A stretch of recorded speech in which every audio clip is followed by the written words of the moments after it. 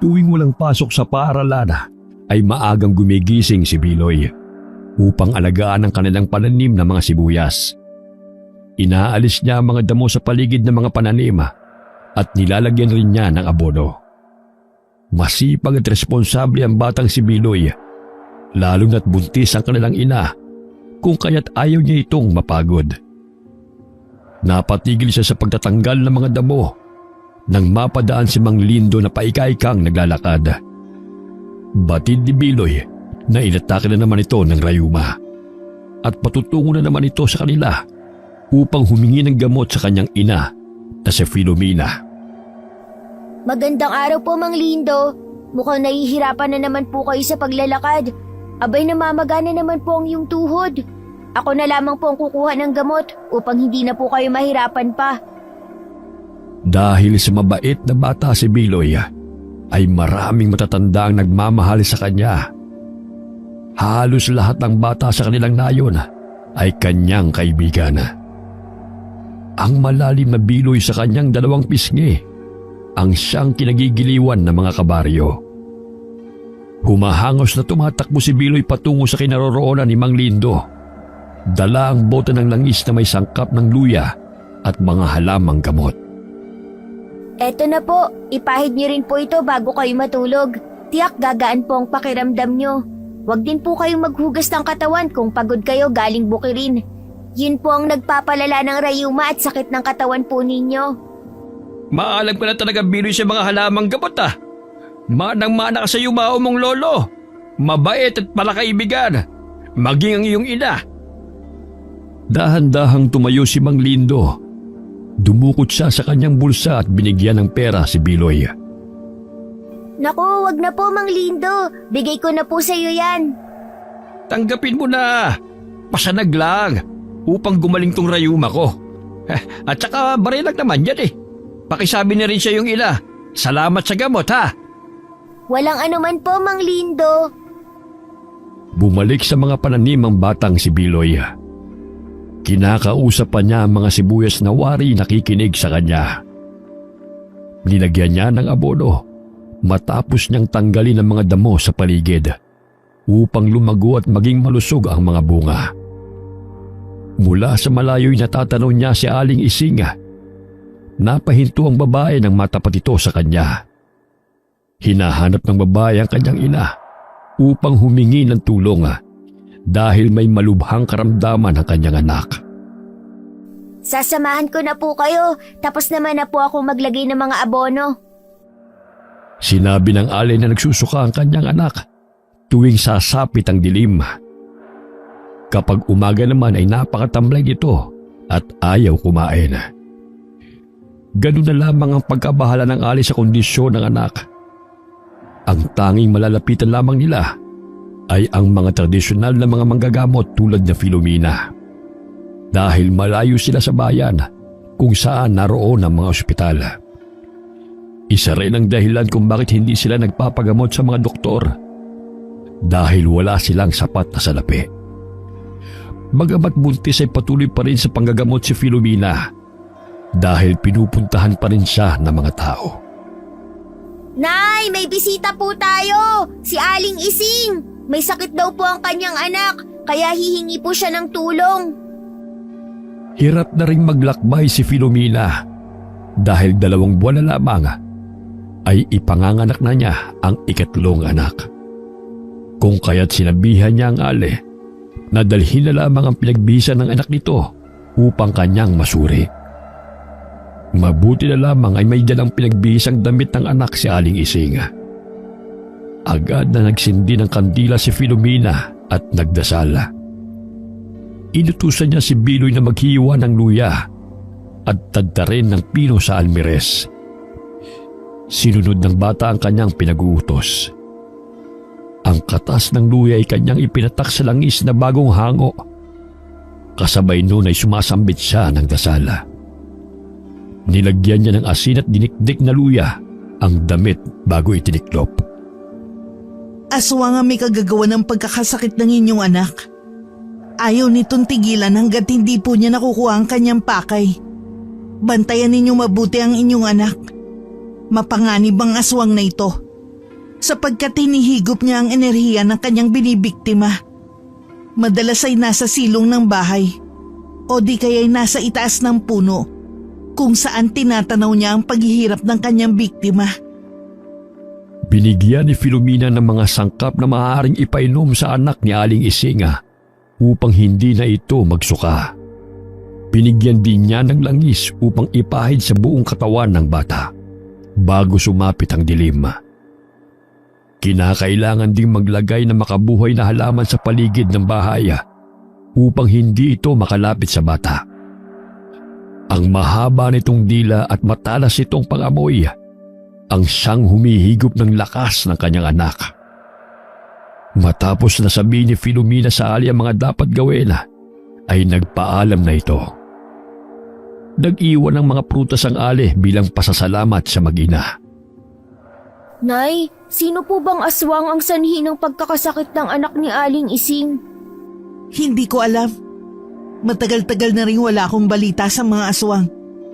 Ngunit kanina, ramdam ko ang negatibong enerhiya na pumaloob sa bata. Dahil sa pawis nito sa kanyang damit, ay ramdam ko na matindi ang pagnanais ng aswang na makuha siya. Malakas ang aura ng aswang. Nakatatakot po, inay. Kahit sino po ay kayang biktimahin ng aswang. Maging kayo po, buntis pa naman kayo. Mabango po yun sa kanyang pangamoy. Kaya kayo ni Dimple mag-ingat palagi. Huwag mong pabayaan na maglaro sa labas ng bahay ang kapatid mong yan. Paminsan-minsan matigas ang ulo. Nabahala si Filomena sapagkat may aswang na namang gumagala sa kanilang baryo. Ang huling aswang na lumusob sa kanilang lugar ay 10 taon nang nakakalipas.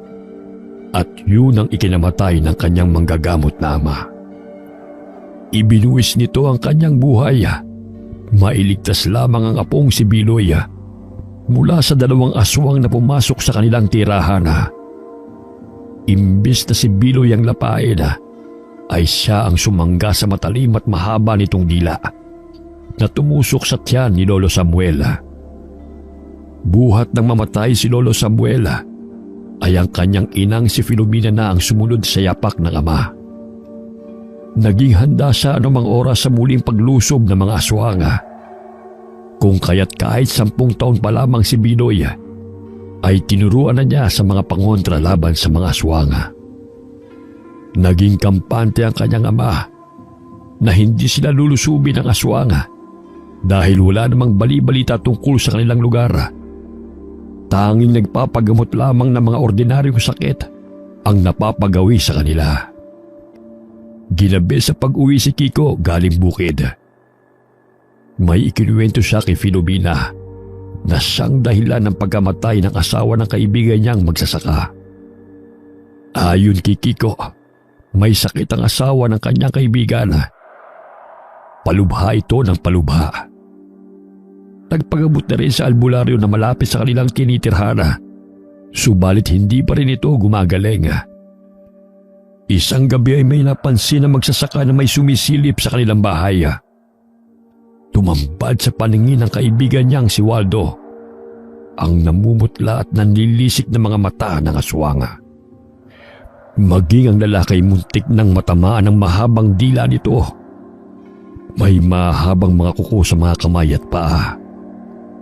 Bago pa niya nahabol ang aswang, ay nakita niyang tila na tuyo ang kanyang asawa na animoy naging butot balat. Lahat ng laman at likido sa katawan ng biktima ay sinimot ng aswang. Maaaring isa yung paradunong aswang. Kasing bango ng lutong langka ang mga taong may sakit at malapit nang mamatay sa kanilang pangamoy. Nagbibigay din sila ng sakit sa taong kanilang matitipuhan. Kung mababaw ang pananampalataya at mahina ang loob, ay tiyak madadaig ng aswang. Kung kaya't dasal ang pangunahing lunas sa lahat ng kasamaan. Kinaumagahan ay maagang nanguha ng mga kawayan si Biloy. Pinatulis niya ang mga dulo noon upang gawing sandata laban sa aswang na maaaring mapagawi sa kanilang bahay. Nabahala siya sa kaligtasan ng buntis niyang ina, maging ng buo nilang pamilya. nakita ni Mang Lindo si Biloy habang abala sa pagputol ng mga kawayan. Tuwid na siyang maglakad dahil gumaling na ang kanyang rayuma. Oh, Biloy, aanin mo yung kawayan. Masyado pang bata yan upang gawing sahig. Hindi ko naman po gagawing sahig to. Gagawin ko pong sibat para sa aswang, Mang Lindo. May aswang na gumagala po sa bukid. Ayon na rin sa kwento ni Mang Samuel na kaibigan ni Itay. Maging handa po tayo sakaling mapapagawi po rito. Ikaw talagang bata ka. Marami ka talagang alam. O siya, tutulungan na kita na yan. Hindi lingid sa kaalaman ni Mang Lindo ang aswang na kanyang nabalitaan. Sa katunayan ay nakaramdam din siya ng kahina-hinalang tao na napadaan sa kanilang bakuran. Nakita niya ang anino na nagkubli sa puno. Matulis ang tenga nito. Ngunit bigla itong kumaripas ng takbo nang makita si Mang Lindo na may dalang itak ng lumabas ng bahay. Hindi na sinabi ni Mang Lindo sa batang kaibigan sa gayon ay hindi na madagdagan ang takot nito. Marunong po ba kayong gumawa ng pana? Susubukan ko. Noong kabataan ko, gumagawa kami niya ng kapatid ko. Alam mo namang matanda na ako, anak. Pasmado na. Sumasaya si Mang Lindo sa tuwing nakakausap ang batang si Biloy. Sa katauhan ng bata, ay napupunan nito ang pangungulila niya sa anak. Mag-isang namumuhay si Mang Lindo, buhat ng iwan siya ng kanyang asawa at dinala pa ang kanilang anak patungong Maynila. Hindi na kaya nang mamuhay ng kanyang asawa sa baryo dahil nasanay ito sa marangyang buhay. Ang buong akala niya ay masaya ang kanyang asawa sa simpleng buhay. Ngunit nagbago ang isip nito. Nagising na lamang siya isang araw na lumayas ang kanyang asawa at may sulat pa itong iniwan. Pinuntahan ni Mang Lindo ang asawa sa Maynila. Ngunit ayon sa naninirahan doon ay ibinenta na ang bahay at wala silang alam kung nasa na ang unang may-ari. Malungkot na bumalik sa baryo si Mang Lindo. Ngunit hinihintay pa rin niya ang pagbabalik ng kanyang mag-ina. Nadaanan ni Biloy ang kanyang kapatid na nakikipaglaro ng taguan. Tinawag niya ito. Ngunit bigla lamang itong sumimangot at tumakbo palayo sa kanya. Sinundan niya ito at pinagalitan. Ikaw ang tigas talaga ng ulo mo. Ilang beses ka nang sinabihan ni Inay na huwag kang maglaro ng taguan. Baka itago ka ng aswang, hindi ka na matatagpuan. Yun pala'y ginawa ka ng ulam. Maaga pa naman. Tsaka dito lang naman kami, hindi naman ako lumalayo. Kahit na, sundin mo na lang ang pinag-uutos ni Inay para hindi tayo mapahamak. O siya, ihahatid ko na kayo sa inyong bahay. Huwag na kayong magtalo. Dimple, sundin mo na lamang ang sinabi sa iyo ng kuya mo. Mangiyak-ngiyak na sumunod si Dimple sa kapatid, kasama si Mang Lindo. Inilagay ni Biloy ang mga patulis na kawayan sa kanilang kusina. Ang iba ay sa ilalim ng papag na kanilang tinutulugan. Sa gayon ay madali na lamang kunin kung sakaling lusubin sila ng aswang. Ilang sandali pa'y inutusan ni Filomena si Biloy na mag-ani ng mga sibuyas upang kanilang mailako.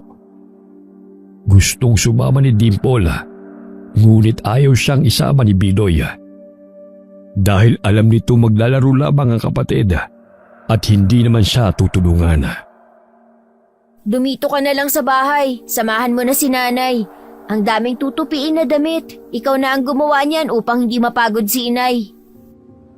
Napapangiti na lamang si Mang Lindo sapagkat sa murang isipan ay tila matanda na kung umasta ang batang si Biloy.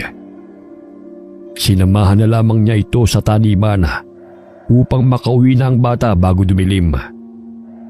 Dahil sa pag-aalaga ni Biloy sa kanilang mga pananim ay malulusog ang mga ito. Maging ang mga sili ay dumami ang bunga. Ang lulusog ng bulbo ng mga sibuyas.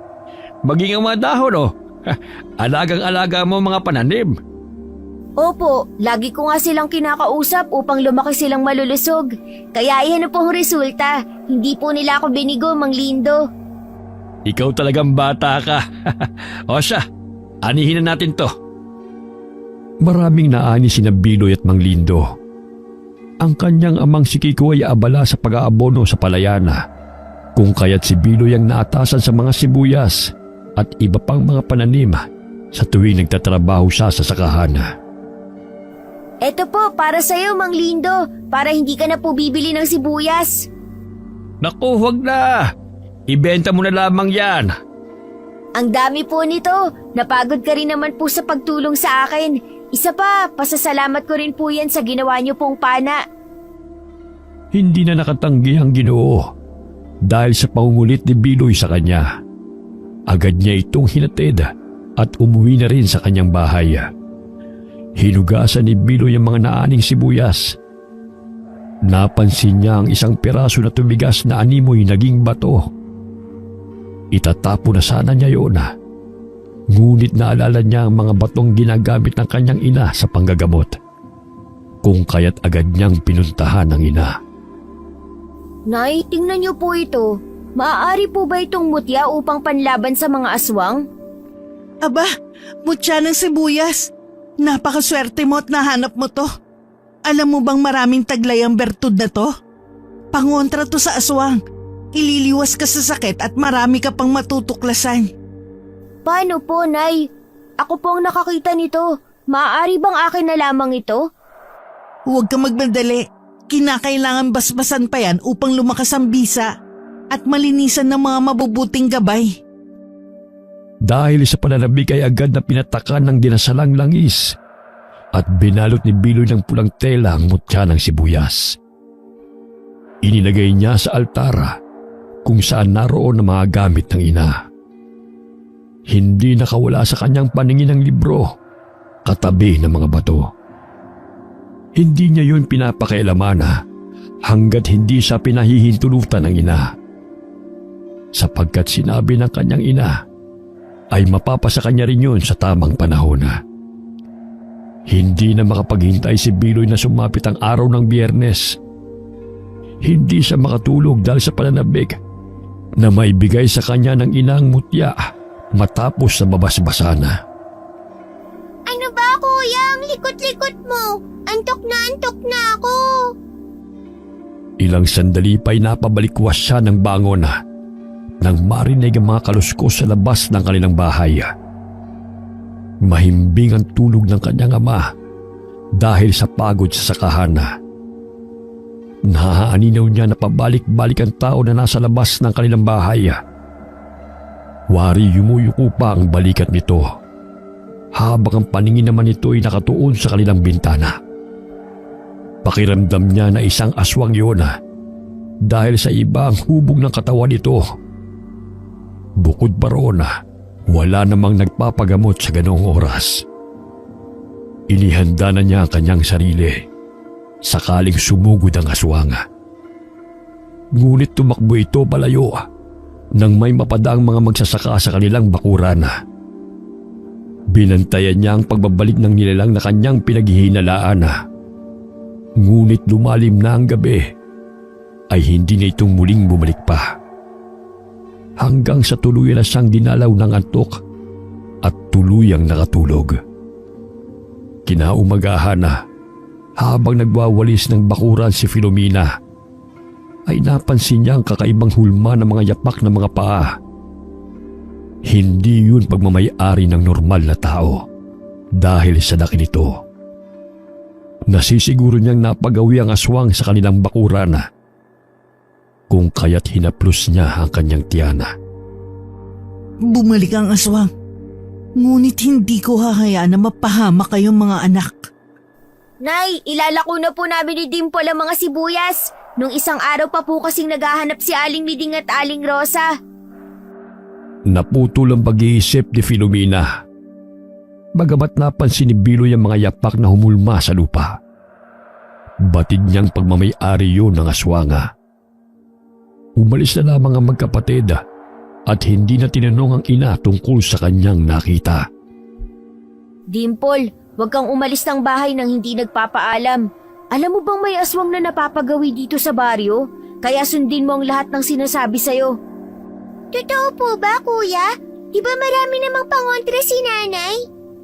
Kahit na, dapat mag-iingat pa rin tayo at palaging handa sapagkat hindi natin alam kung sino ang aswang na yun. Sumapit ang anihan ng mga palaya. Kinakailangang bantayan ni Kiko ang mga inani sapagkat talamak ang mga nakawana. Maging ang ibang magsasaka ay yun din ang ginagawa. Mahimbing na natutulog sila Dimple at Biloy. Nagising ang kanilang ina dahil sa malakas na kalabog na nagmumula sa kanilang bubungan. Tumindig ang mga balahibo sa kanyang katawan. Napansin niya na umaapaw ang langis sa mga bote. Batid niyang naroon lamang ang aswang sa paligid. Agad niyang kinuha ang buntot pagi sa kanilang dingding. Pinuluputan niya ito ng makabuhay na halaman. Sa gayon ay doble mararamdamang sakit ng aswang sakaling maihampas yun sa kanyang balat. Dahil sa mabango ang sanggol sa sinapupunan ni Filomena, ay hindi alintana ng aswang ang mga pangontra ng buntis na manggagamot. Makuha lamang ang sanggol. Sinira nito ang pawid na bubong at lumundag patungo sa loob. Nagkatitigan si Filomena at ang paradunong aswang. Isa itong babae dahil makikita sa hubo nitong katawan ang nakalaylay niyang dibdib. Natuon ang paningin nito sa malaking tiyan ni Filomena, kung kaya't malakas siyang hinataw ng buntot pagi na may kasamang makabuhay na halaman. Bahagyang napasandal ang aswang sa dingding dahil sa naramdamang sakit.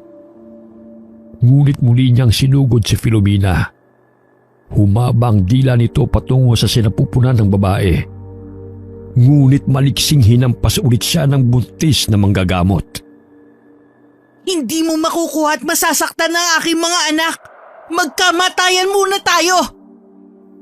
Nagising si Biloy at Dimple. Ganoon na lamang ang takot ng magkapatid nang makitang ina at ang aswang na naglalaban. Hinila ni Biloy si Dimple patungo sa kusina at pinapasok niya ang kapatid sa ilalim ng mesa. Binigyan rin niya ng asin ang kapatid. Dimple, magtago ka riyan. Sakaling puntahan ka ng aswang, sabuyan mo siya ng asin. Babalikan kita mamaya. Kuya, natatakot po ako sa aswang.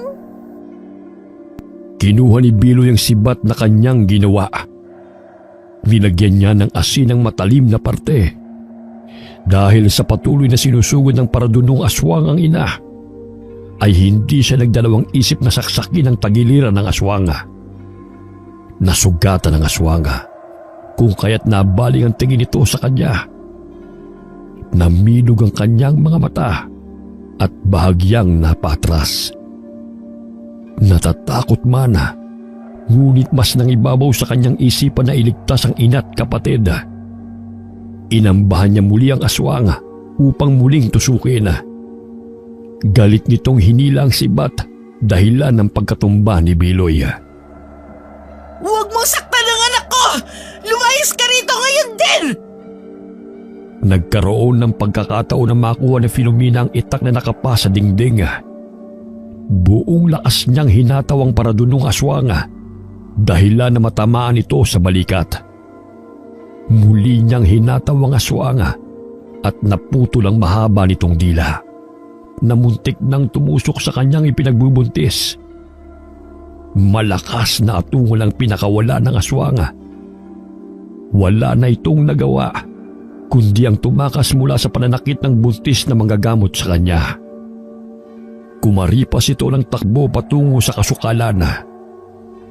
Malayo-layo ang mga bahay, kung kaya't hindi ganun kadali ang humingi ng tulong. Kinakailangan pang sumigaw ng malakas upang sila'y marinig. Umiiyak na niyakap ni Filomena ang mga anak dahil munti ka na silang patayin ng paradunong aswang. Nasaktan ba kayo mga anak? Hindi po, inay. Yun po palang itsura ng aswang. Ang pangit at nakatatakot po talaga, katulad ng nababasa ko sa mga comics. Inay, natatakot po ako. Sakaling bumalik po yun ulit at tayo'y kanyang kainin. Malakas na pumalahaw ng iyak si Dimple. Gayon na lamang ang pagpapatahan ng kanyang ina. Kinaumagahan ay nabalitaan ng mga kabaryo nangyaring pagsugod ng aswang sa bahay ni na Filomena. Agad ring umuwi si Kiko upang kamustahin ang kalagayan ng kanyang pamilya. Konting galos lang naman, Kiko. Huwag kang mag-alala. May matapang kang anak na kaya kaming ipagtanggol. Mangiyak-ngiyak na niyakap ni Kiko ang asawa. Wala siya roon upang ipagtanggol ng kanyang mag-ina. Dumating ang araw na pinakahihintay ni Biloy. Ibinigay ng inang mutya ng sibuyas na kanyang natagpuan. Hindi maikubli ang kasiyahan sa mukha ng bata nang tanggapin niya yon. Nababatid ni Filomena na kaya nagpakita ang mutya kay Biloy sapagkat may mabuti itong kalooban. Kailangan din yun ng anak upang protektahan ang sarili, lalo na't malakas ang aswang na kanyang nakalaban. Nakayanan nitong tiisin ang mga pangontrang inilagay sa palibot ng kanilang bahay. Pansamantalang natigil sa pag-aani si Kiko sa sakahada hanggat hindi pa nanganganak ang asawa. Sa takot na bumalik ang aswang, ipinaubayan na lamang niya ang trabaho sa kanyang mga kaibigan. Sumapit ang araw na iniluwal ni Filomena ang isang malusog na sanggol na lalaki. Si Tia Ceci lang nagpaanak sa kanya. Ganoon na lamang ang pasasalamat na mag-asawa sapagkat nabiyayaan na naman sila ng malusog na sanggol. Ano po ang ipapangalan mo sa kanya, Inay? Tingnan mo, katulad rin namin siya ni Dimple. May Biloy din siya sa pisngi. Makisig na lang, anak. Ibig sabihin ay lakas. Naging masaya ang magkapatid na Biloy at Dimple sa pagdating ni Makisig. Ngunit kasabay noon ay pansamantalang paghinto ng kanilang ina sa panggagamot.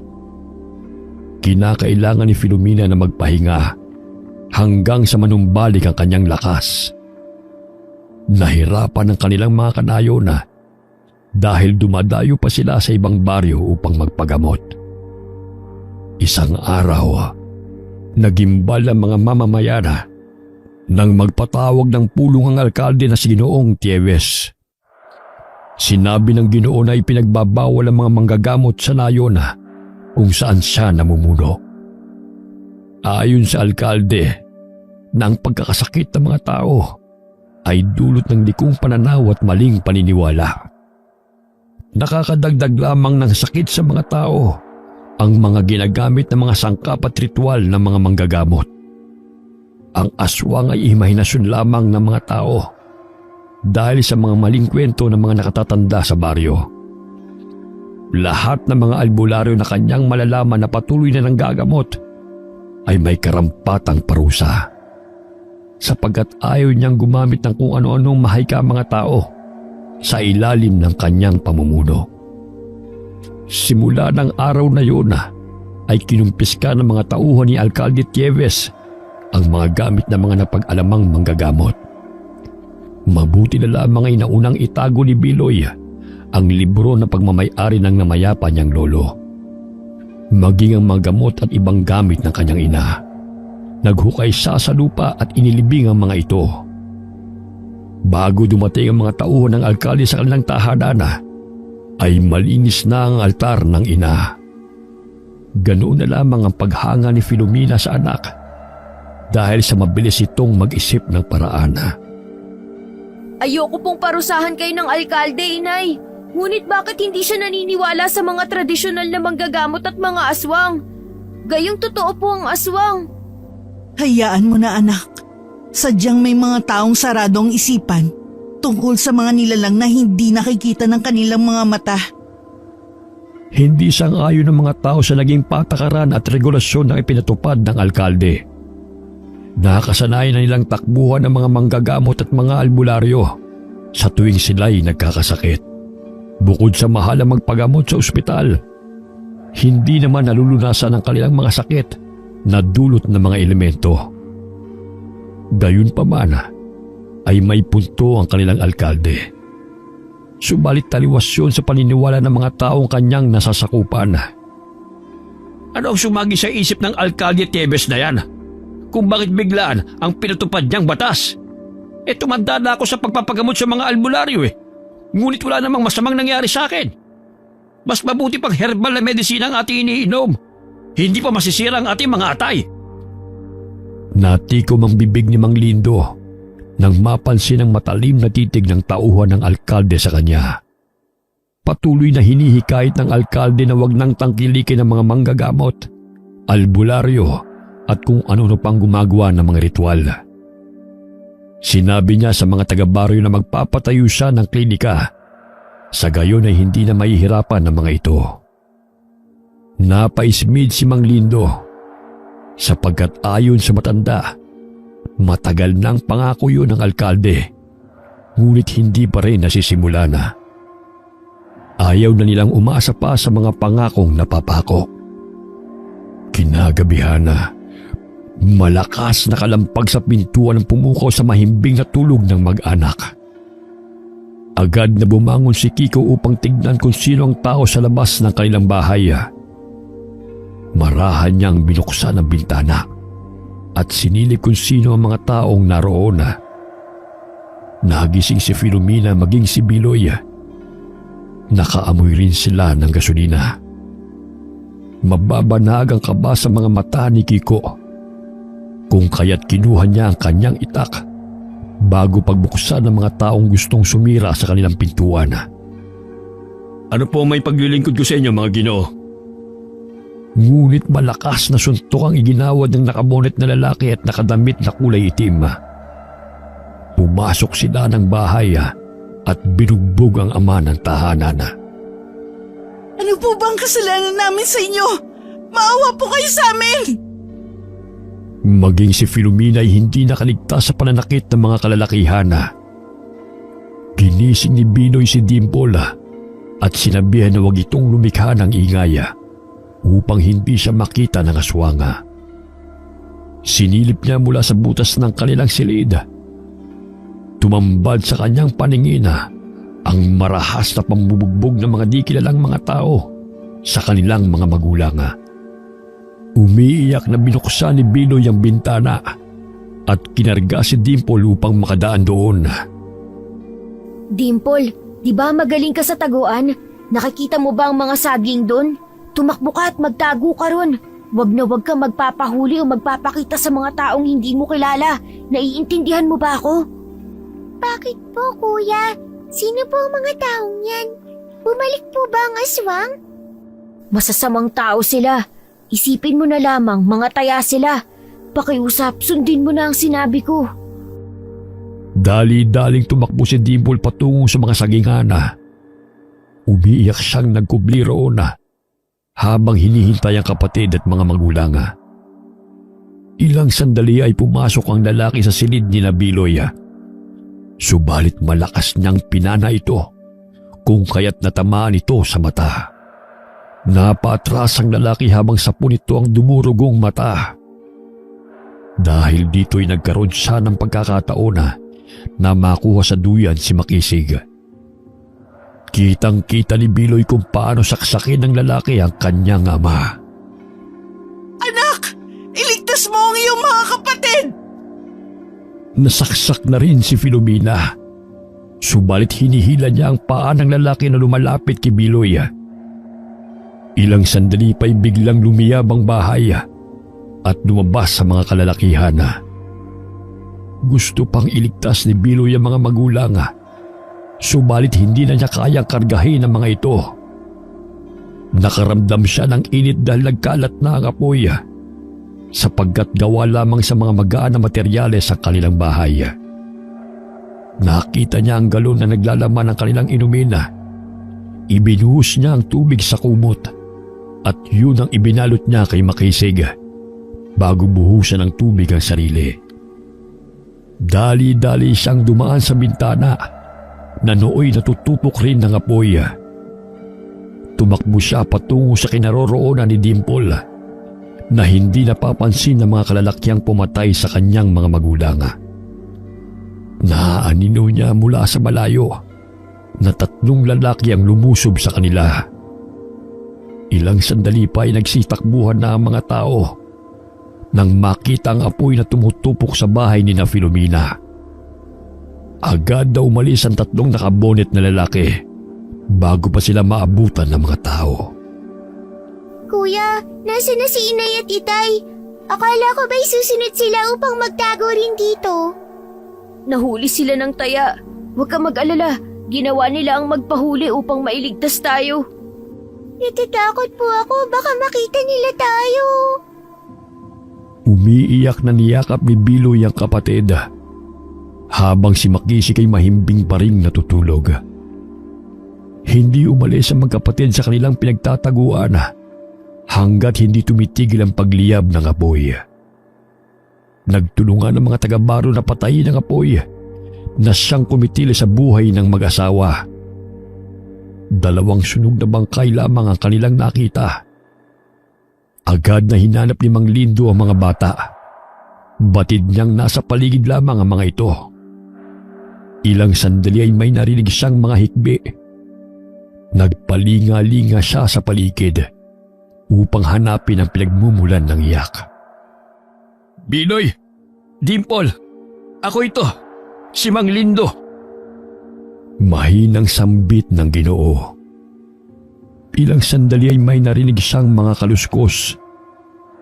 Tumayo ang 2 bata at marahang lumapit sa kanya. Gayon na lamang ang awa niya sa magkapatid nang tumambad sa kanyang paningin.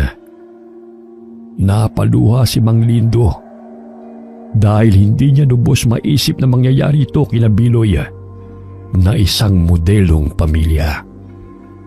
Mang Lindo, tulungan niyo po kami. Pinatay ng mga taong hindi namin kilala si Inay at Itay. Maging kami po ay gusto nilang patayin. Kinarga ng Ginoo si Makisig at inakay ang 2 sa tinitirhan niyang dampa. Hinayaan na lamang niya ang mga tao na mag-asikaso sa bangkay ni na Filomena at Kiko. Batid niyang naroon lamang sa paligid ng mga salarin. Ginamot ni Mang Lindo ang mga sugat ni Biloy. Napaso din ang kaliwa niyang braso dahil sa pagsangga sa umaapoy na kahoy na muntik nang bumagsak kay Makisig. Alam mo bang isa kang bayani, Biloy? Itinaya mo ang iyong buhay upang iligtas ang iyong mga kapatid. Ngunit hindi ko po nailigtas si Nanay at Tatay. Batid kong masaya ang inyong mga magulang sapagkat pinalaki ka nilang may mabuting kalooban at mapagmahal na kapatid kina Dimple at Makisig. Huwag kayong mag-alala. Ang bahay na ito ay aking pahingahan. Walang sino man ang napapagawi rito. Kaya dito na muna kayo. Hanggat hindi pa natin nauhuli kung sinong may gawa ng pagkamatay ng inyong mga magulang. Si Mang Lindo ang tumayong ama ng 3 bata. Inalagaan niya ang magkakapatid hanggang sa gumaling ang mga sugat ni Biloy. Ginawan muli ni Mang Lindo si Biloy ng pana. Sa pamamagitan doon ay gusto niyang manumbalik ang kasiyahan nito. Naalala ni Biloy na balikan ang mga gamit ng ina na kanyang ibinaon di kalayuan sa kanilang bahay. Maging ang mutya ng sibuyas na kanyang pagmamayari ay naroon na. Nagpaalam siya sa matanda.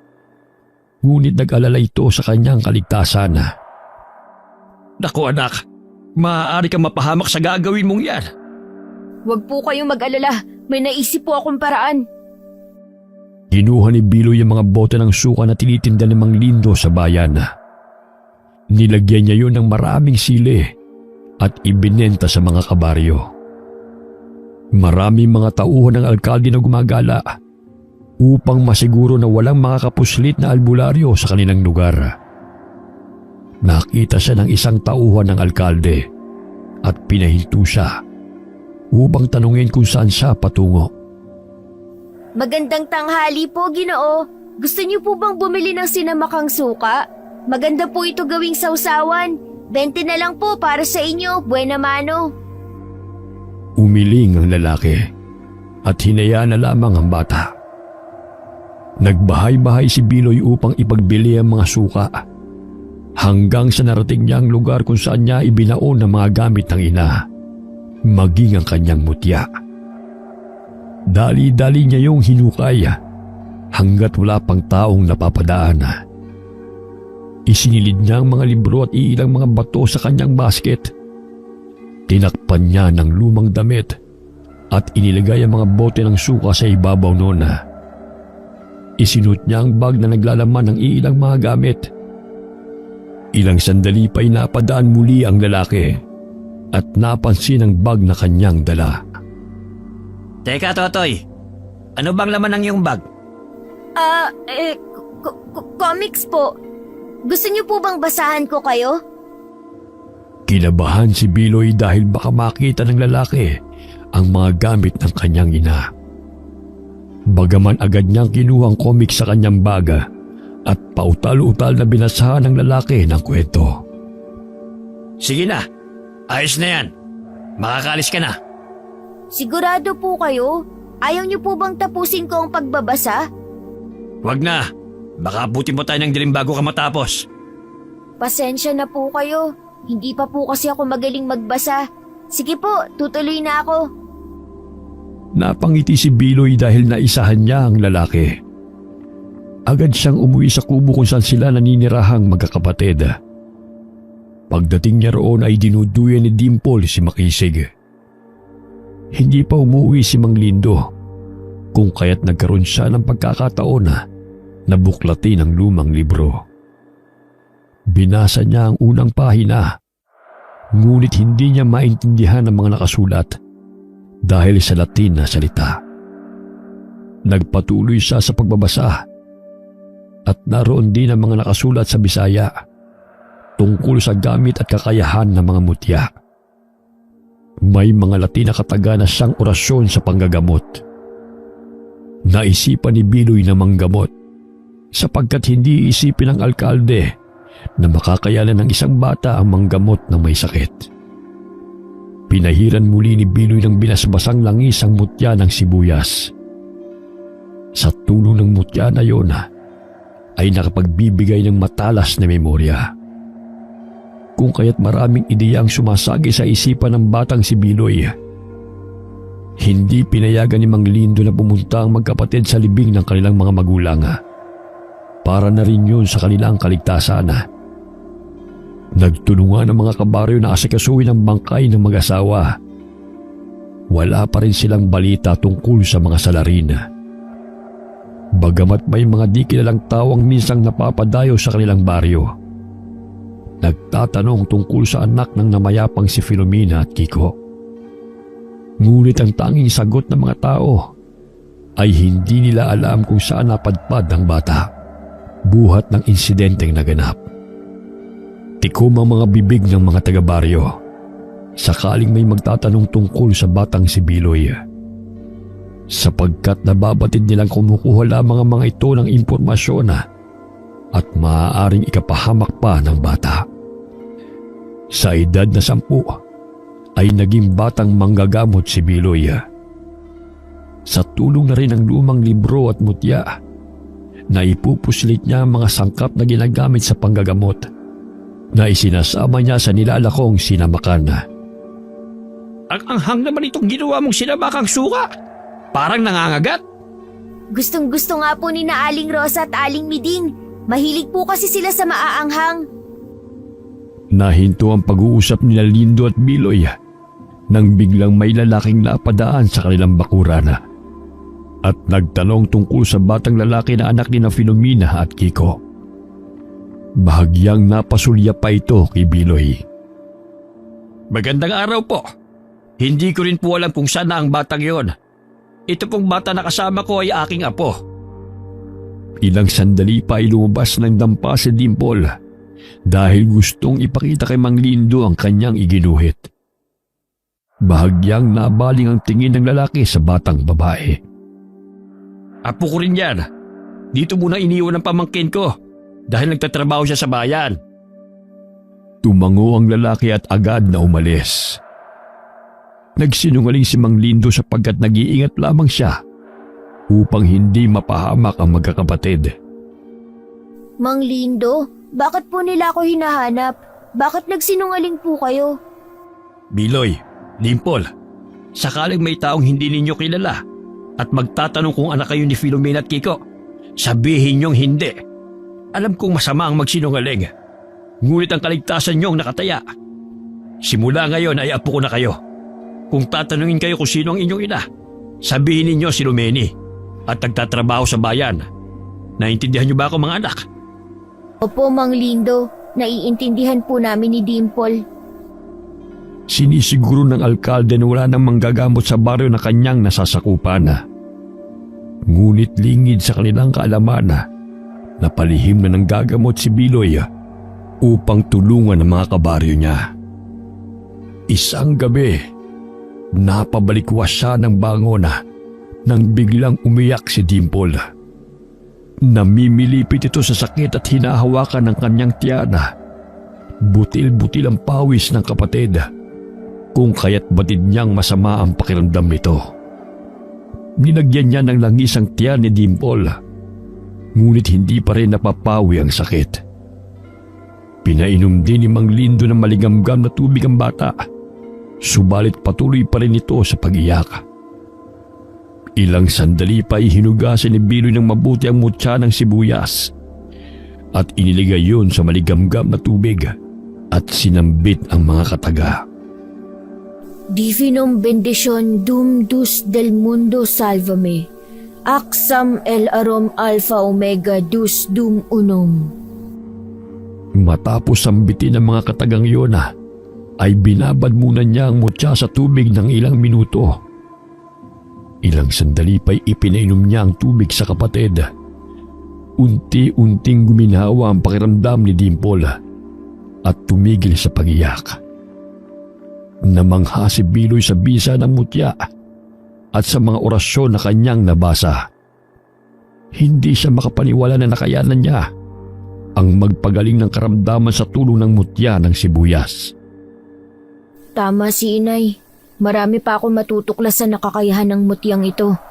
Naway makatulong ito sa mga tao. Gayong wala na silang malalapitan na manggagamot. Mahinang bulong ni Biloy at agad ay tinago ang mga gamit at tumabi sa pagtulog sa kanyang mga kapatid. Sa tuwing aalisin ng Mang Lindo at Biloy sa kubong kanilang tinitirhan ay iniiwan nila sina Dimple at Makisig kay Aling Miding. Sapagkat madalas siyang sumasama kay Mang Lindo sa Bukirina at minsan sa bayan. Muling nagimbal ang mga taga-baryo nang mabalitaan na muling bumalik ang aswanga. Nagkasakit si Mang Ruminga.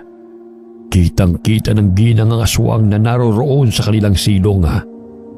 Nakanganga pa ito kung saan banda nakahiga ang kanyang asawa.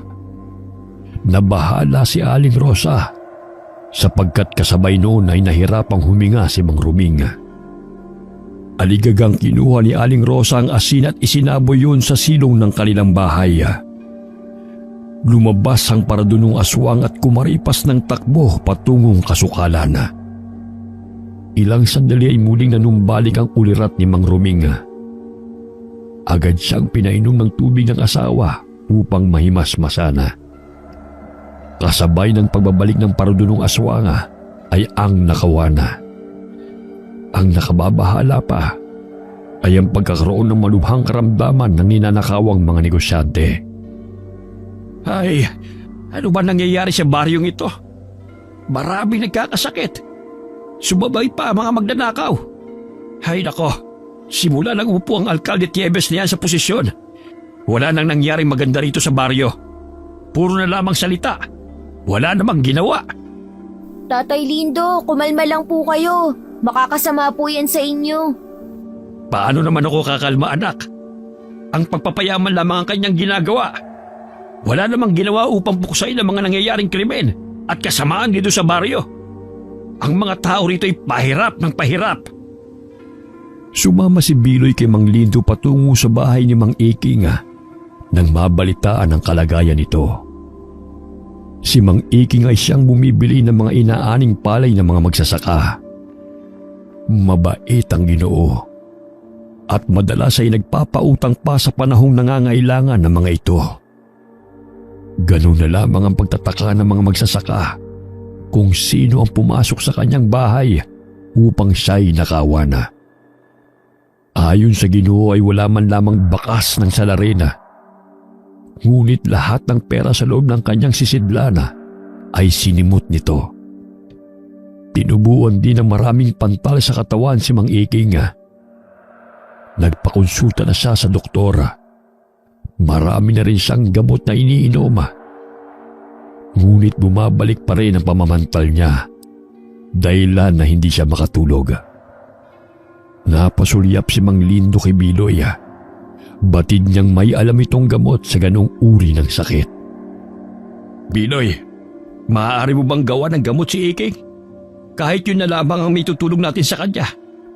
Meron po. Maaari ko po siyang gamutin ngayon. Makakayanan mo ba, anak? Gayong tila malubhan ang kanyang kalagayan. Huwag po kayong mag-alala. Natatandaan ko pa po ang mga paraan sa panggagamot ni nanay.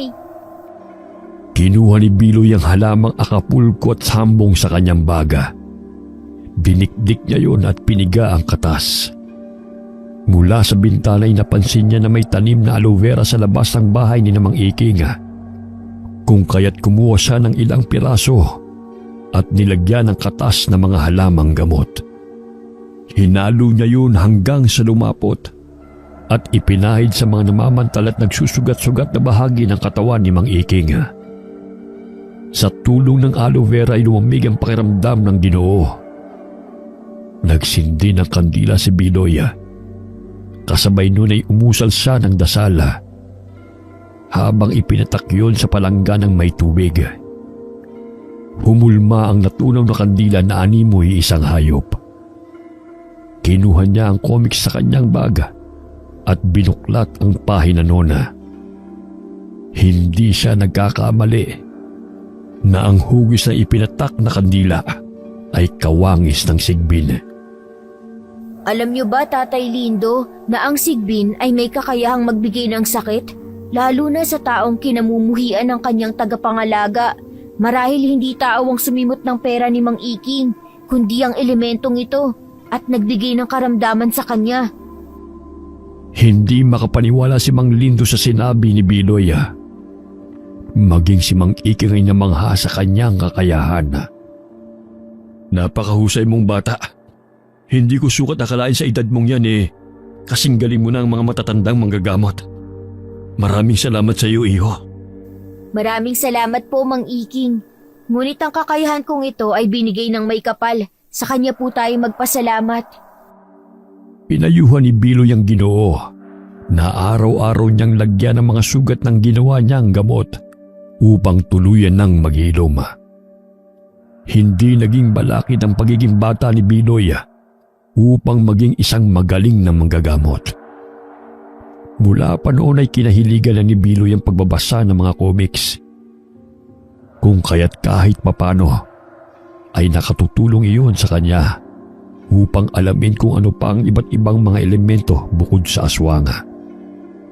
Maraming inilagay na pangontra si Biloy sa palibot ng kanilang tinitirhana upang hindi makalapit ang aswanga.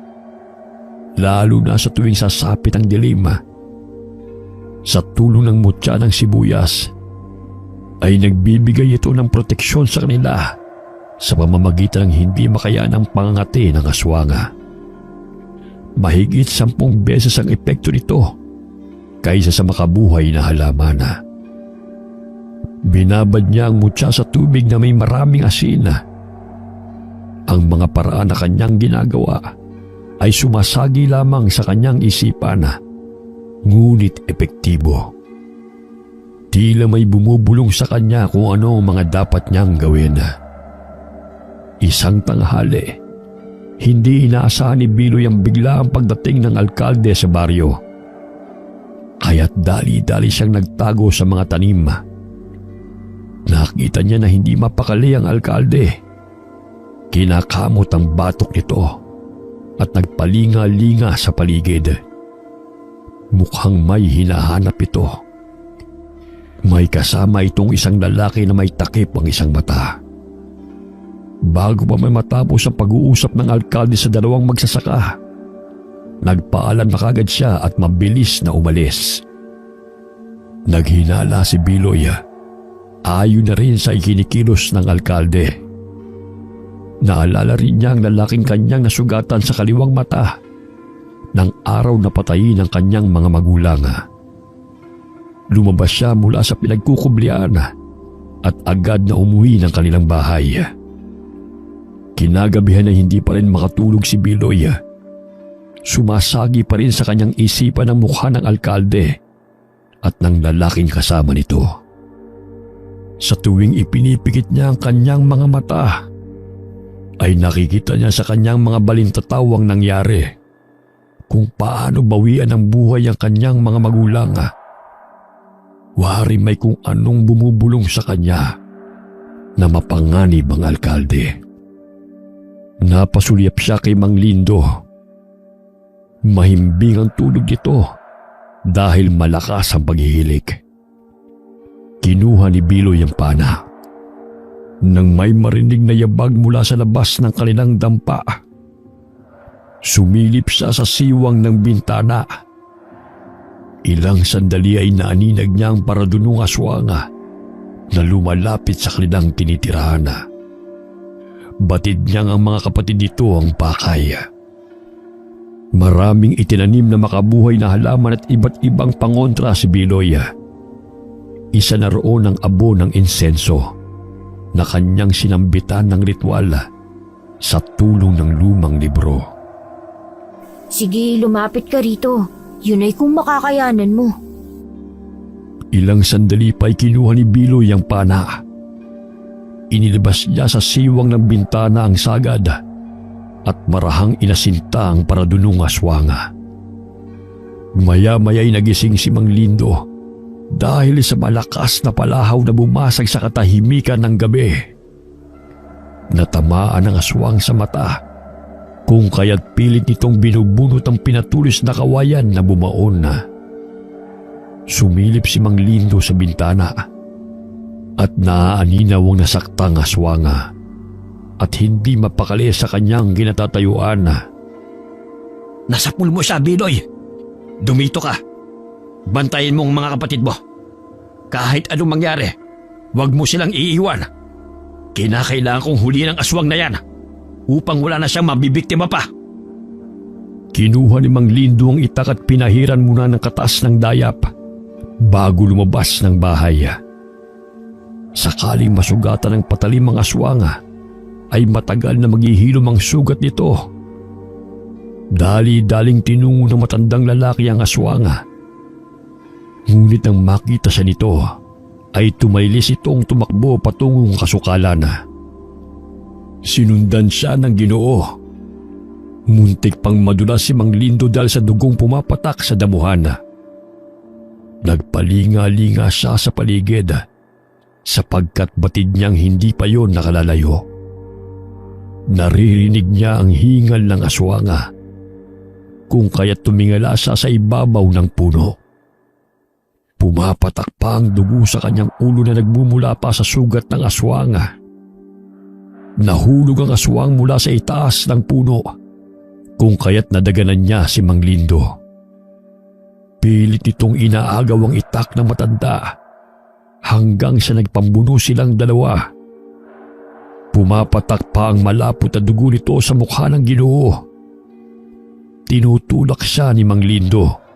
Bagaman sa kabila ng natamo nitong sugat, ay malakas pa rin ang aswang habang siya'y nilalabanan. Dumakot ng asin ang matandang lalaki sa kanyang bulsa at inilagay yon sa ulo ng aswang. Nabitiwan siya nito, kung kaya't nagkaroon siya ng pagkakataon na makakalas mula sa pagpigil ng aswang sa kanya. Hinataw niya ng itak ang aswang sa magkabilang paa. Umatungal ito ng ubod lakas. Tanging kasamaan lamang ang dinadala mo sa baryo. Dumagdag ka pa sa pagpapahirap sa mga taong naghihirap. Ikaw ang dapat na mamatay. Buong lakas na kinalmot ng aswang si Mang Lindo sa muka kung kaya't nasugatan ng matanda. Paika-ikang tumakbo ang aswang upang tumakas.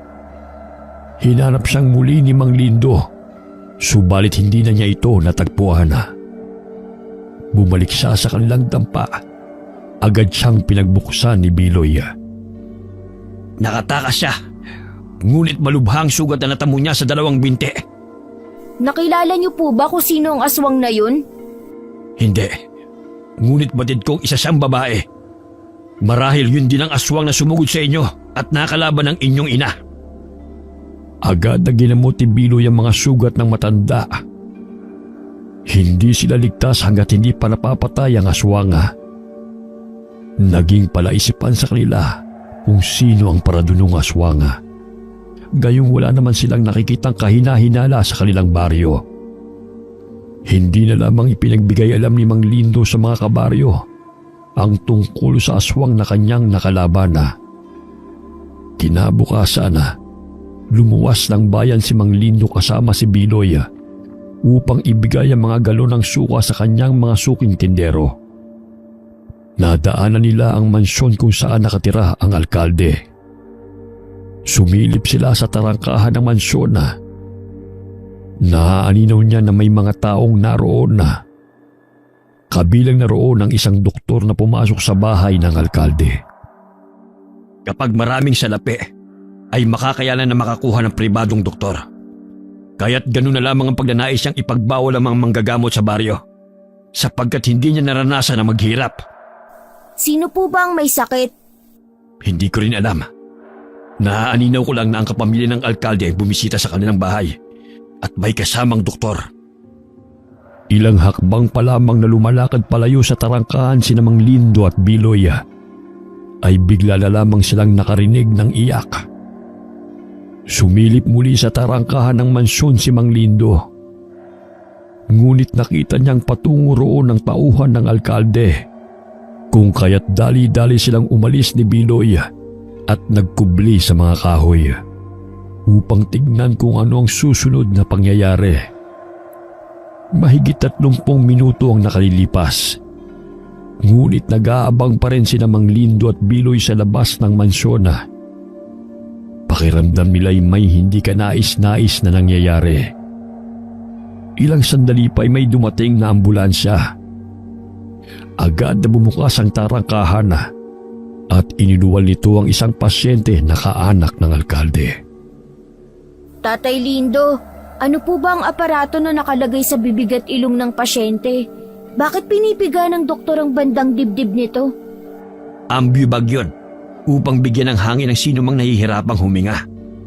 Sa pagkakaalam ko, CPR ang tawag sa ginagawa ng doktor upang manumbalik ang tibok ng puso ng pasyente. Hindi ko alam kung anong ibig sabihin ng CPR .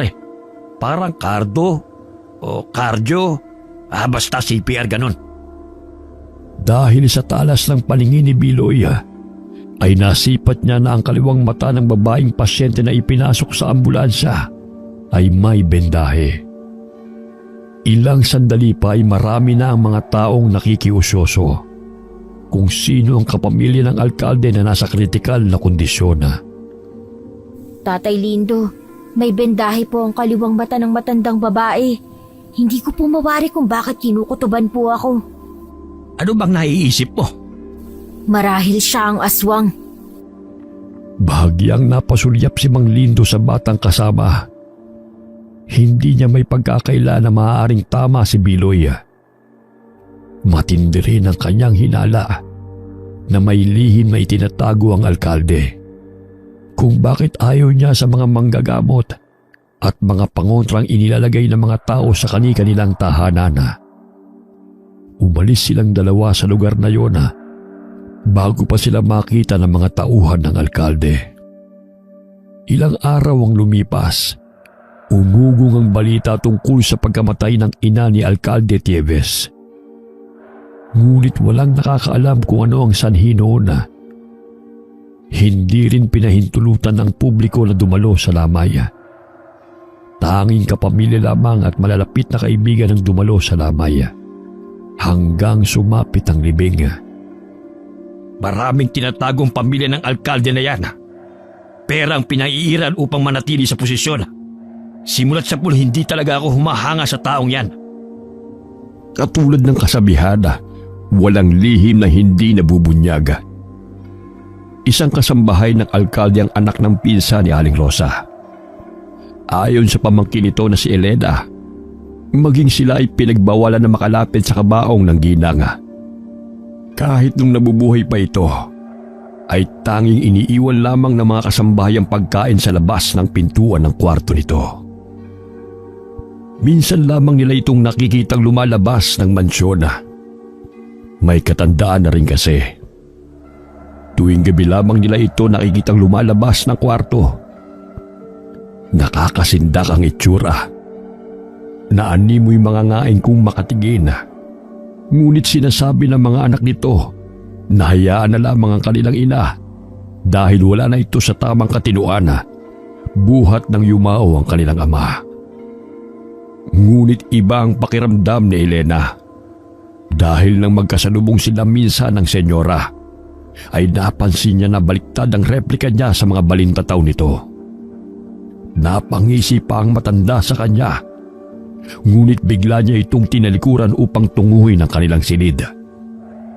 Unti-unting luminaw ang hinala ni Mang Lindo na ang aswang na kanyang nakalaban ay ang ina ng alkalde. Ayon na rin sa ikinuwento ni Aling Rosa sa kanya, ang dahilan ng pagkamatay ng senyora ay nang puntahan siya ng taong sanhi ng kanyang mga sugat. Yun ang kumitil sa kanyang buhay. Ayon sa mga matatanda, kung nasugatan ng aswang sanhi ng laman, sakaling puntahan ng taong kanyang nakalaban ang bahay nito, ay tiyak ang kanyang kamatayan. Walang malinaw na paliwanag, bagamat yun ang kanilang pinaniniwalaan at nagkakatotoo. Nagpatayo si Alkalde Tieves ng bodega sa baryo, imbis na klinika na kanyang ipinangako. Nadagdagan ang inis ng mga tao sa kanya, ngunit ang tanging sinasabi niya ay mas makikinabang ang mga tao sa kanyang gagawin. Makapagbibigay daw ito ng maraming trabaho sa mga taong kanyang nasasakupan.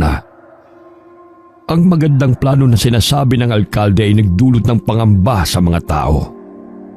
Hindi pinahihintulutan ng alkalde na makapasok ang ibang mga negosyante sa baryo. Siya ang bumibili ng mga produkto ng mga magsasaka sa mababang presyo. Wala nang magawa ang mga magsasaka dahil pahirapan at mahalang mag-arkila ng truck na siyang naghahakot ng kanilang mga palay. Kung kaya't pumapayag na lamang sila sa kondisyon ni Alkalde Tieves. Naging ganid at nasilaw sa kapangyarihan ng Tieves na yan. Ginigipit niya ang mga magsasaka na halos naghihirap na. Hindi ko akalain na ganyan ang totoong ugali niya, sapagkat isa ako sa tumulong sa kanya upang manalo siya sa ating baryo. Mabuti ang pakikitungo niya sa amin noon. Yung pala'y nagbabalat kayo lamang siya. Binulag niya kayo sa kanyang matatamis na salita. Ngunit ako, hindi ako naniniwala sa kanya noong paman. Hapon habang pauwi ng bahay si Biloy, napansin niya ang nag-uumpukang tao sa daan. Dali-dali siyang tumakbo upang tignan kung ano nangyayari. Laking gulat niya nang tumambad sa kanyang paningin ang dilat ng mga mata na walang buhay na si Mang Lindo. May hiwa ito sa leeg, ngunit walang sino man ang nakakaalam sa pagkamatay nito. Tatay Lindo! Sinong pumatay sa kanya? Pagtangis ng batang si Biloy, niyakap niya ang walang buhay na bangkay ng Ginoo. Pilit siyang hinihiwalay ni Mang Iking sa matandang lalaki, ngunit nagpupumiglas siya upang yakapin ang kawawang matanda. Biloy, nariyan na mga pulis. Iimbestigahan nila kung sino may kagagawa sa pagkamatay ni Lindo. Mga wala silang awa. Lahat na lang ng mga mahal ko sa buhay ay kanilang pinapatay.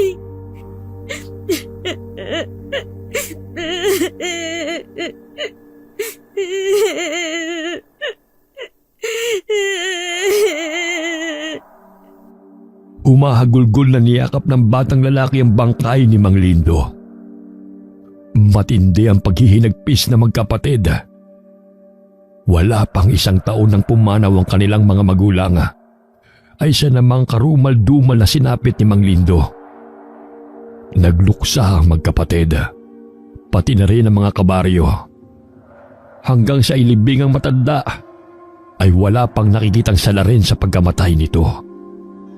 Samantala, naging mahigpit ang alkalde sa mga taga-baryo. Karamihan sa mga negosyo ay siya ang nagmamayari. Hindi rin niya pinahihintulutan ng ibang kagaya ni Mang Iking na nagpapahiram ng pondo sa mga magsasaka. May kooperatiba siyang pinatayo upang doon na kumuha ng pondo ang mga magsasaka. Ngunit kalakip noon ay may malaking interes. Ayon sa alkalde ay ginawa niya yon upang maiwasan ang awayan tungkol sa pera. Lalo na sa tuwing araw ng singilan at maging legal ang pagpapautang. Maging si Mang Iking ay hindi sang-ayon sa paraang yun. Hinikayat ng alkalde na sakaling may mga negosyante magpapahiram ng pondo sa mga magsasaka ay kinakailangang sumali sa kanyang kooperatiba upang makapagbigay ng tamang buwis. Nagsimulang magtrabaho ang mga taga-baryo sa bodega ni alkalde. Doon ibinabagsak ang mga palay at mga bigas. Napagpasyahan ni Biloy na magbenta ng kakanin at ulam malapit sa bodega. Nakilala niya si Tolits na nagtatrabaho roon. Napag-alaman ni Biloy na mababa lamang ang sahod na ibinibigay sa kanila, bagamat higit na 8 oras ang kanilang trabaho at gabi na kung umuwi. Ang ibang taga-baryo na may kakayahang mag-arkila ng truck upang maiangkat ang kanilang mga produkto sa bayan ay madalas na nasisiraan ng sasakyan. Batid nilang hindi aksidente ang lahat ng iyon, kundi sinasadya. Oras ng tanghalian, dinalhan ni Biloy ang mga magsasaka ng ulam na binebenta ni Aling Miding. Siya na lamang ang naglalako dahil binabantayan ng ginang ang kanyang mga kapatid. Pumasok siya sa bodega nang tawagin siya ni Tolits. Batid niyang gutom na ang mga trabahadora dahil mahigit 12:00 na ng tanghali at hindi pa sila nakakakain. Inilibot niya ang kanyang paningin at namangha siya sa laki ng bodega. Halos mapuno yun ng sako-sakong mga palay at bigas. Nanatili siya sa bodega at nag-ikot-ikot habang abala sa pagkain ng mga trabahador. Nakaagaw ng pansin sa kanyang paningin ang maliit na silid. Bahagya siyang napasulyap sa mga taong kumakain. Ngunit nag-uusap pa rin ang mga ito. Tinungo niya ang maliit na silid. Marahan niyang binuksan yun at nakita niya ang isang banga. Bahagya siyang napaatras nang makita na may sumilip na elemento mula sa loob noon. Lalapitan na sana ni Biloy, ngunit bigla siyang tinawag ni Tolits at sinabihan siyang ipinagbabawal ng may-ari na pumasok sa silid na yun. Tumango siya at bumalik sa kinaroroonan ng mga trabahador. Nang matanggap ang bayad ay agad siyang lumabas ng bodega. Naging usap-usapan ang pagkawala ng salapi ni Ginoong Elmer. Kakabenta lamang niya ng mga palay. Naging suspect niya sa pagnanakaw ang kanyang mga tauhan. Ngunit iginiit ng mga ito na wala silang kinuha. Ang paghihinagpis ng mga negosyanteng ninanakawan ay salungat sa nangyayari sa negosyo ng alkalde.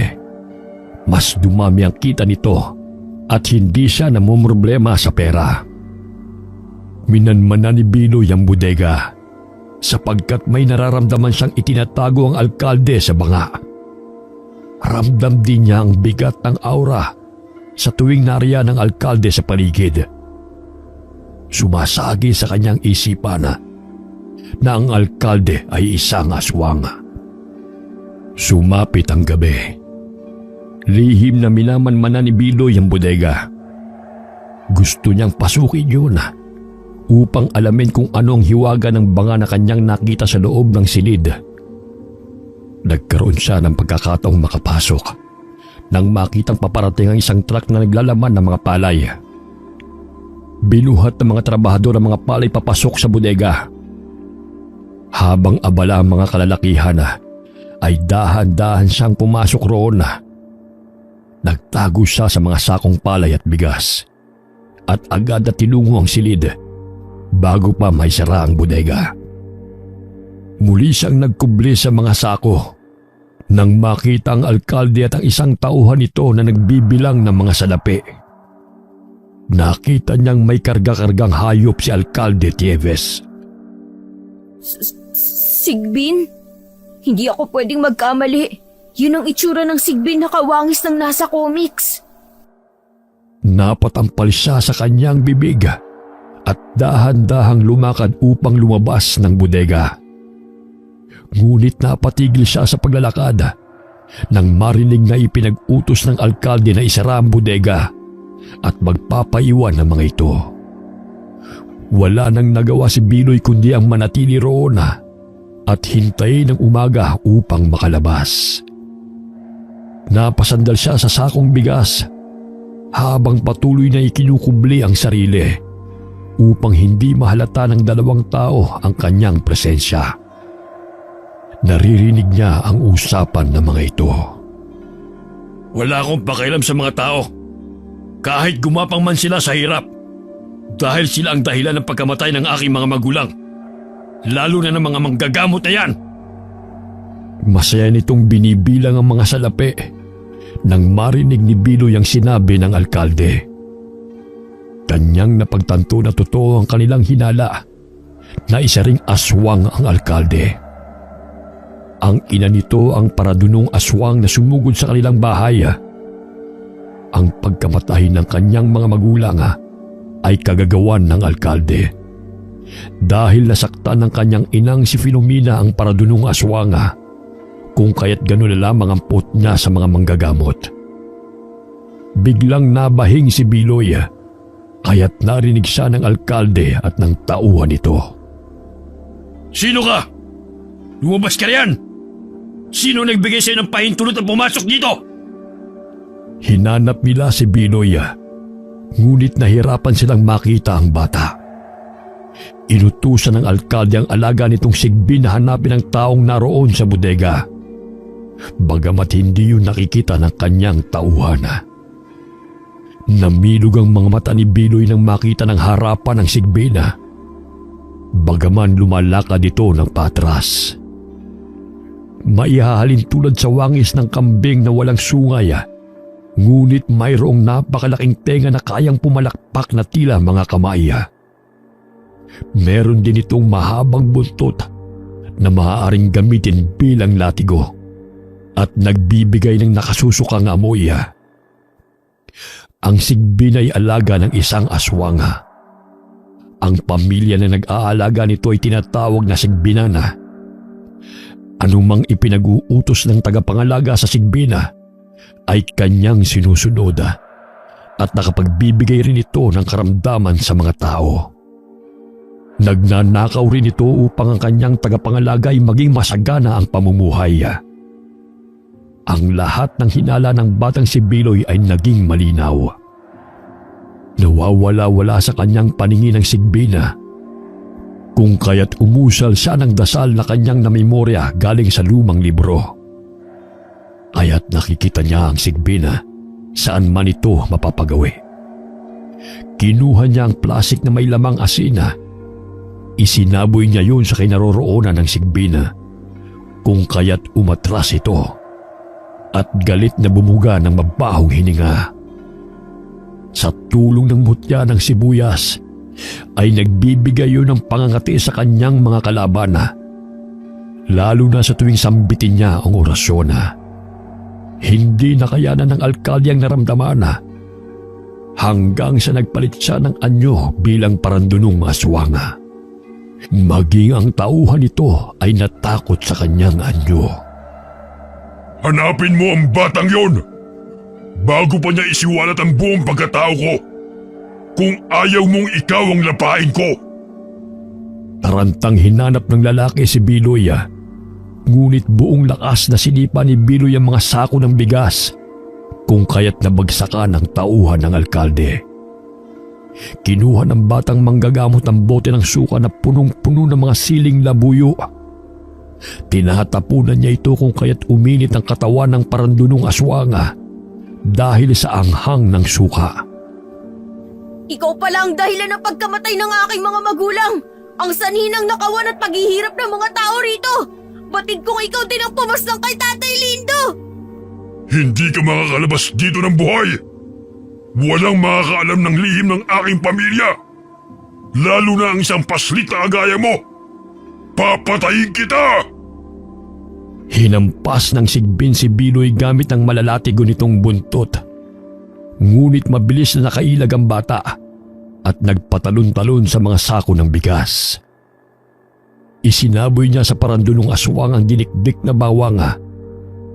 Ganun na lamang ang pagkainis ng aswanga at gigil na siya'y mahuli.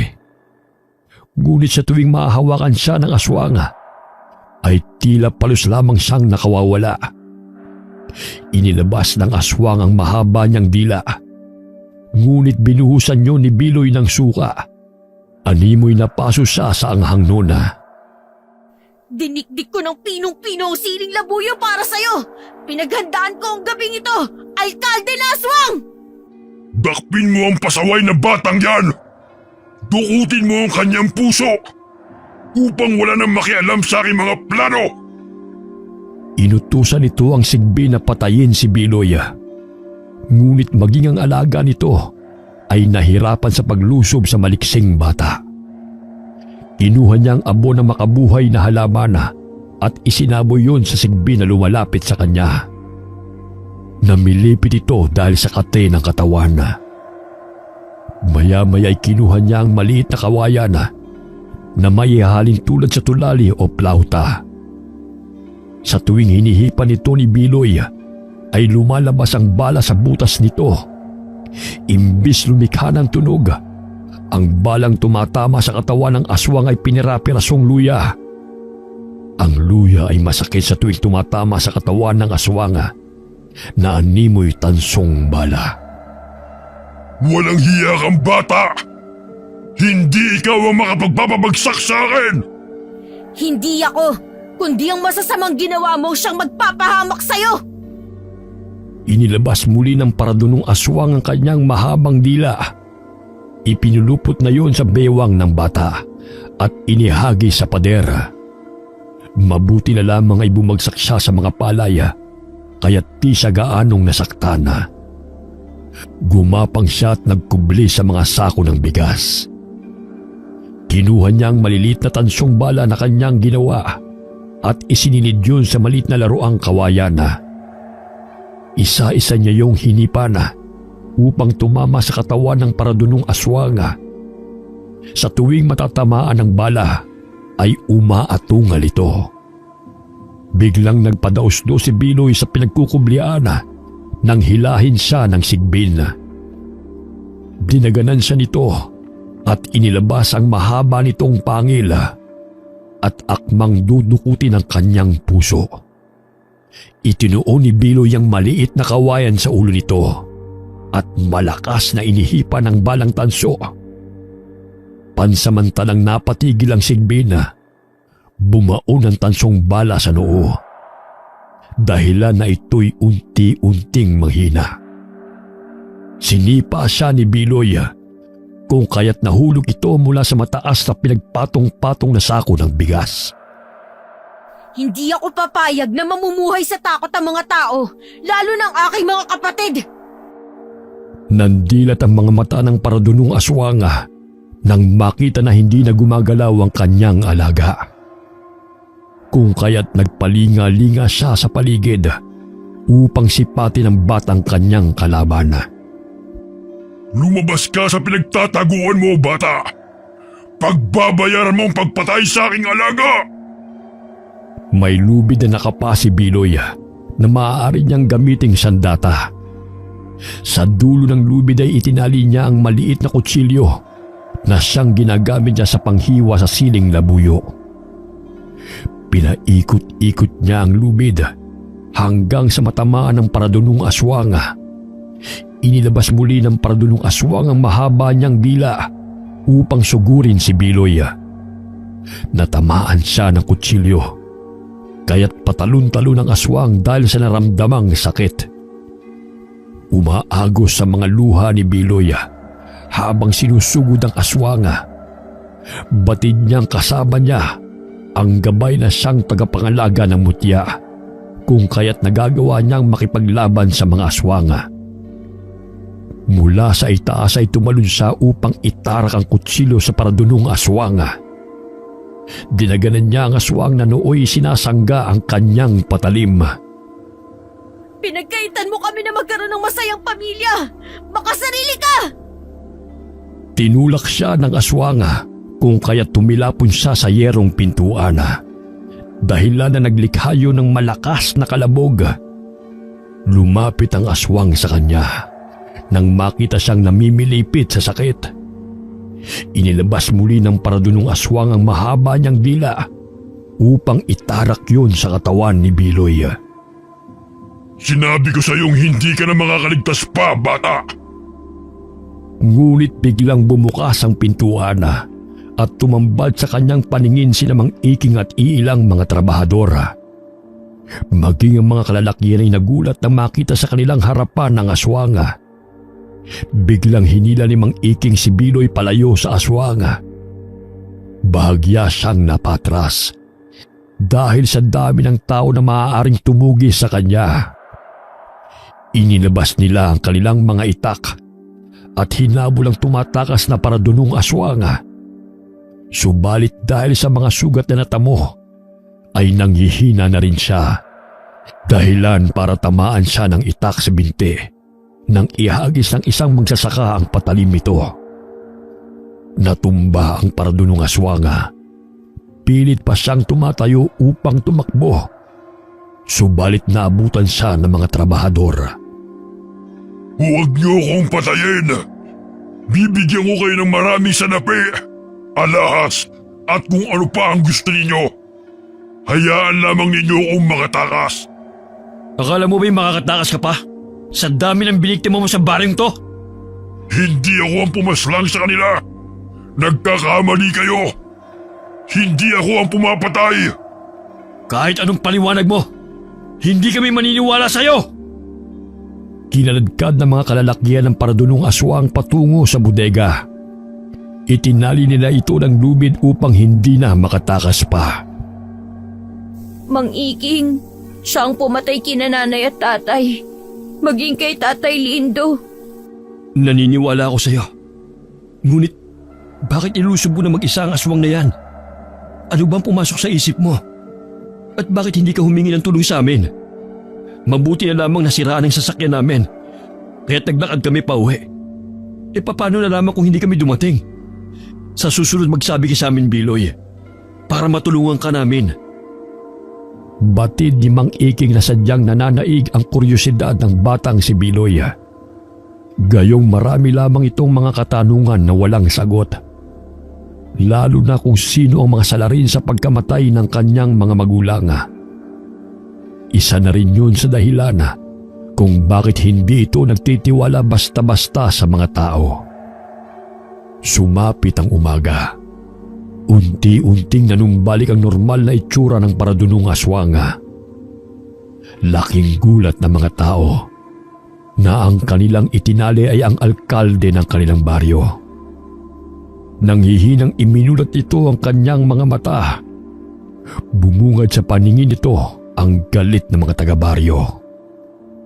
Tumawag si Mang Iking ng pulis upang arestuhin ang alkalde na siyang pasimuno ng patayan sa baryo. Bagamat hindi naniniwala ang mga ito sa aswang, ngunit umamin na ang alkalde kay Biloy na siya ang salarin sa pagpatay sa kanyang mga magulang. Hindi pa man nakakarating ng ospital bago dalhin sa presinto, ay nawalan na ng buhay ang alkalde. Dahil sa pinsala na kanyang natamo laban sa batang si Biloy. Inupkop ni Mang Iking ang tatlong magkakapatid. Wala silang anak kung kaya't ganun na lamang ang kasiyahan ng kanyang asawa habang inaalagaan ang 3 bata. Simula nang mamatay ang alkalde at ang ina nito, ay naging payapa na ang baryo. Hindi lubos maisip ng mga tao na ang kanilang alkalde ay isa palang aswang na sigbinana na siyang nagpapahamak sa kanila. Laking pasasalamat nila sa batang manggagamot na si Biloy. Dahil sa kanya, nalaman kung sino ang naghahasik ng lagim sa baryo. Ang batang si Biloy ang lumaban sa parudunong aswang. Wakas.